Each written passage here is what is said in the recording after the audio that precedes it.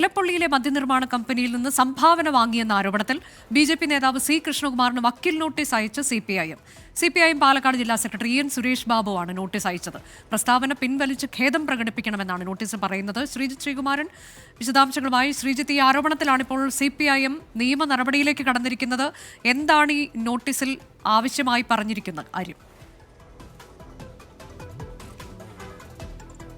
ഏറ്റവും എടുത്തു പറയേണ്ടത്, എല്ലാ ഘട്ടത്തിലും CPIM-നെതിരെ രൂക്ഷമായ ആരോപണം ഉന്നയിച്ചിരുന്ന സി കൃഷ്ണകുമാർ, അത് CPIM-ന്റെ ജില്ലാ സെക്രട്ടറി എൻ സുരേഷ് ബാബു ഈ കമ്പനിയിൽ നിന്ന് സംഭാവന വാങ്ങി, ബ്രൂവറി കമ്പനിയിൽ നിന്ന് സംഭാവന വാങ്ങിയെന്ന ഗുരുതരമായ ആരോപണമായിരുന്നു ഏതാണ്ട് ഒരു 2 ആഴ്ച മുൻപ് നടത്തിയത്. അപ്പോൾ തന്നെ തെളിവുകൾ പുറത്തുവിടണം, ധൈര്യമുണ്ടെങ്കിൽ എന്ന് CPIM നേതാക്കൾ വെല്ലുവിളിച്ചിരുന്നു. എൻ സുരേഷ് ബാബു വെല്ലുവിളിച്ചിരുന്നു.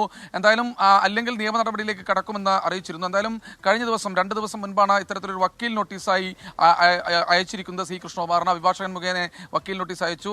ഈ പ്രസ്താവന ഇതൊരു തീർത്തും നിരുത്തരവാദപരമായ പ്രസ്താവനയാണ്, അപകീർത്തിപരമായ പ്രസ്താവനയാണ്.